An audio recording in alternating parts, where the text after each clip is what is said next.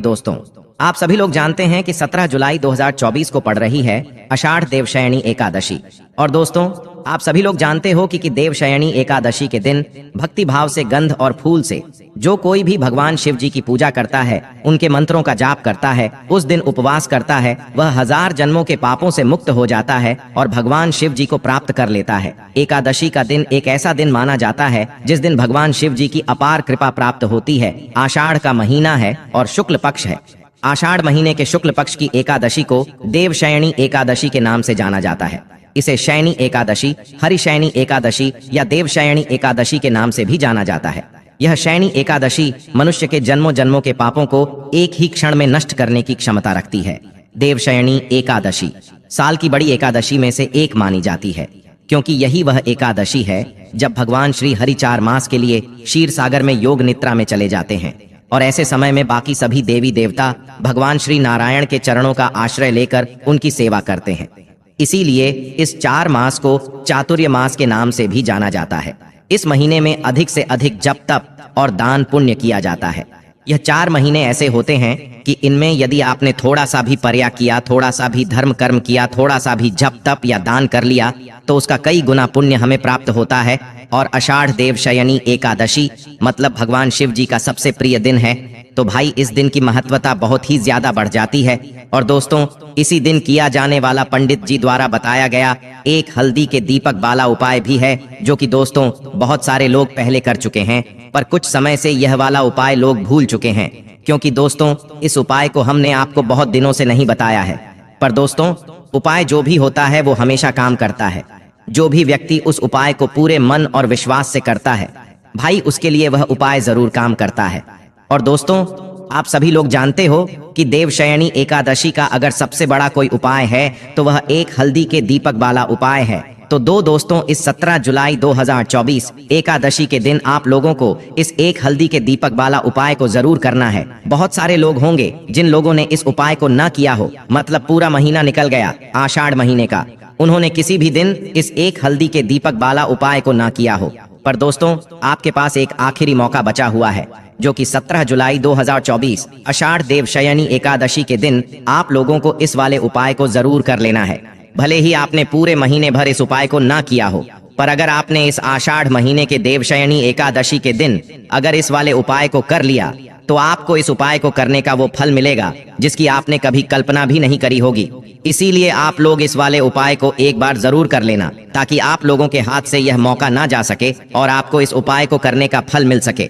दोस्तों, यह उपाय पंडित जी ने अपनी अभी की ही शिव महापुराण की कथा में बताया है, जिस उपाय को आज हम आपको बहुत अच्छे से समझाने वाले हैं। इस वीडियो को देखने के बाद इस उपाय को समझने के लिए आपको कोई और वीडियो को देखने की जरूरत नहीं पड़ेगी। तो चलिए दोस्तों, उपाय को शुरू करते हैं। देखिए, यह इस आषाढ़ महीने के देवशयनी एकादशी के दिन यह इतना खास होता है, इतना महत्वपूर्ण होता है। देखा है, कभी कभी बड़े बड़े पूजा पाठ अनुष्ठान से जो मनोकामना पूर्ण नहीं होते, वह देवशयनी एकादशी के दिन एक छोटे से उपाय करने से ही आपकी मनोकामना पूर्ण हो जाती है।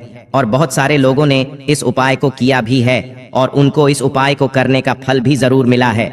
अगर आप लोग भी इस उपाय को करना चाहते हैं तो आप इस उपाय को पहले अच्छे से समझ लेना, सुन लेना, उसके बाद करना, आपको इस उपाय का फल जरूर मिलेगा। और इस उपाय को कर लेने से आपके घर में चाहे किसी भी प्रकार की दुख और समस्या क्यों ना चल रही हो, आपको उसका कारण भी नहीं पता है कि भाई यह समस्या किस कारण से चल रही है। उसका कुछ भी कारण हो सकता है, जैसे पितृदोष हो सकता है या किसी भी तरह का मंगल दोष भी हो सकता है। तो इस दिन आप लोगों को यह वाला उपाय कर लेना है। तो अब दोस्तों, इस एक हल्दी के दीपक वाला उपाय को आखिर करना किसको है, सबसे पहले हम लोग वह बात जान लेते हैं। तो देखो, घर की जो बड़ी माताएं बहनें होती हैं, उन माताओं बहनों में से कोई भी एक बड़ी माता बहन इस वाले उपाय को कर सकती है। और दोस्तों, अगर आप चाहें तो अपने घर में से सभी सदस्यों को भी इस उपाय को करवा सकते हैं। अगर किसी व्यक्ति की खुद की कोई मनोकामना है, खुद की कोई दुख और परेशानी है जो कि वह अपने लिए ही करना चाहता है इस वाले उपाय को, तो वह खुद अपने लिए भी कर सकता है।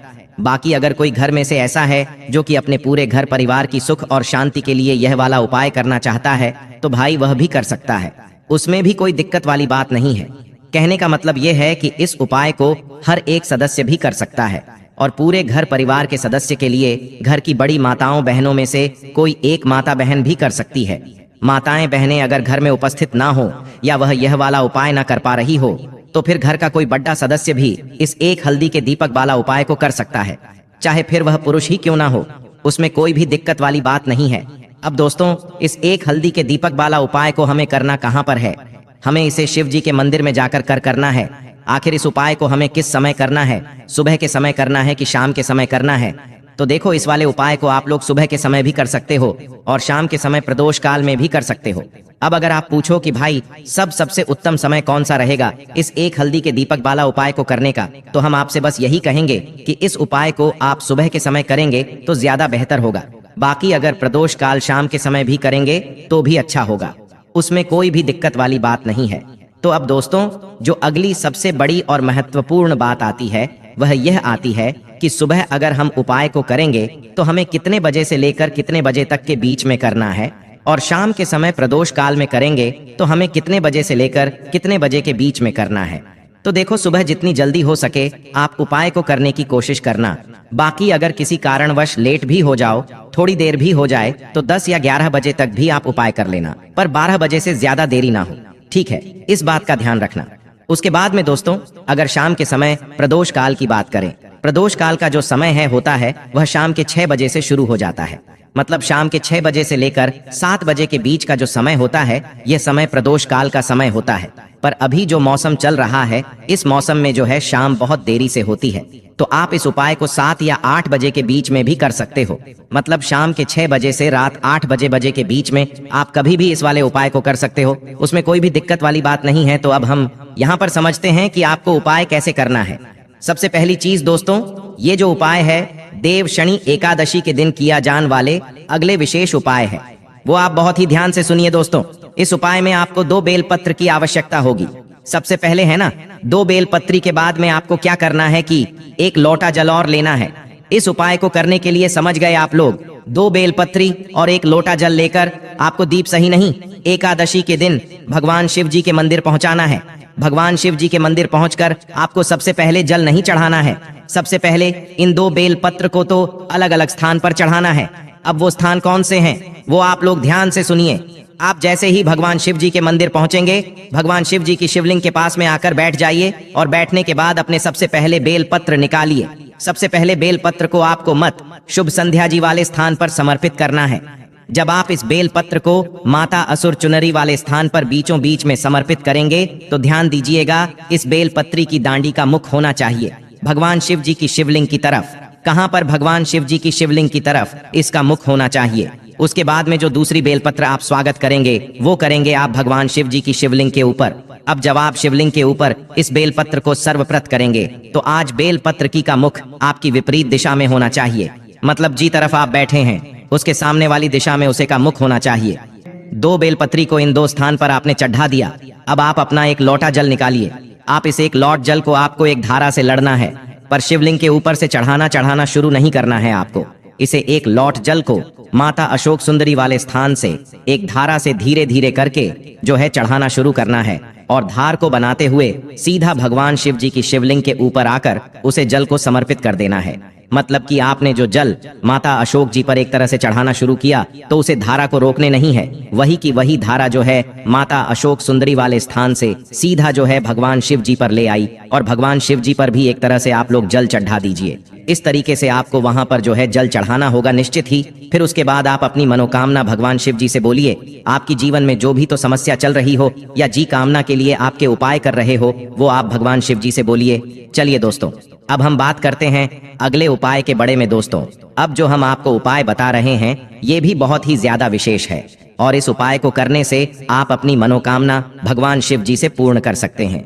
इस उपाय में आपको करना क्या है कि आपको मंत्र 1 बेलपत्र लेना है, और इस देश का इन्हीं एकादशी के दिन प्रातः कल सुबह सुबह उसे बेलपत्र को लेकर भगवान शिव जी के मंदिर जाना है। अब उसे बेलपत्री की बीच वाली बड़ी पट्टी पर तो आपको चंदन लगाना है। चंदन लगाने के बाद दोस्तों इस बेलपत्र का एक मध्यस्थ जोड़ होगा, मतलब जहां पर इन तीनों बेलपत्र की दांडी आकर मिल रही होगी उसे बेलपत्र में, तो उसे मध्यस्थ जोड़ पर आपको थोड़ा सा शहद लगाना है, और शहद लगाकर इस बेलपत्र को फिर भगवान शिव जी पर शिवलिंग पर आपको समर्पित करना है अपनी मनोकामना को बोलते हुए। यह उपाय बहुत ही विशेष है। इस बेलपत्र को इस तरीके से जो व्यक्ति चढ़ाएगा उसकी मनोकामना जरूर पूर्ण होगी। अब करते हैं अगले उपाय ने एकादशी के दिन आप लोग इन 2 जगह पर दीपक लगाइएगा। कौन सी वो 2 जगह है? सबसे पहले जो जगह है वो है भाई शिव मंदिर या बेलपत्री का वृक्ष, और दूसरी जो जगह है दोस्तों वो है आपके घर की चौखट। मतलब चौखट की जो जगह रहती है, आपको घर का जो मेन गेट राहत है वहां पर, है ना। या तो आप अपने घर से 2 दीपक लेकर निकालना है।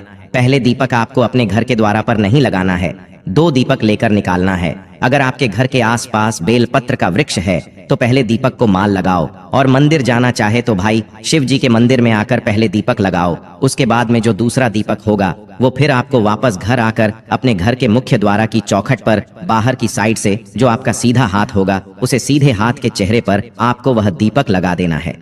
और जो मुख है वो भी आप किस तरफ ही होना चाहिए, उसे दीपक का इस तरीके से आप ये दीपक देवशयनी एकादशी के दिन लगे, इसका भी विशेष फल आपको यहाँ पर देखने के लिए मिल जाएगा। उसके बाद दोस्तों अगर अगले और आखिरी उपाय के बारे में बात करें तो दोस्तों इस उपाय में आपको करना क्या है वो आप बहुत ही ध्यान से सुनिए दोस्तों। इस उपाय में आपको हाटकेश्वर महादेव का नाम लेते हुए अपने माँ की कामना भगवान शिव जी से बोलना। जब अब प्रातः कल सुबह सुबह उन पर जल चढ़ाने जाएंगे या तो शाम के समय प्रदोष कल में दीपक जलन जाएंगे, मंत्र हाटकेश्वर महादेव के नाम से अपने माँ की कामना दिल से माँ से बोलिएगा। आपकी भगवान श्री जरूर सुनेंगे, आपकी बहन मनोकामना जरूर पूर्ण होगी। तो दोस्तों ये सारे उपाय थे जो कि आपको इस देवशयनी एकादशी के दिन करने हैं, क्योंकि इस दिन के बाद से देश हो जाएंगे और कोई भी शुभ मांगलिक कार्य होना भी बैंड हो जाएंगे। तो अगर आपको उपाय करने में कोई भी समस्या आई है तो आप हमसे कमेंट करके पूछ सकते हैं, और यही सारे उपाय और हर तरीके के उपाय जो कि पंडित जी द्वारा बताए गए हैं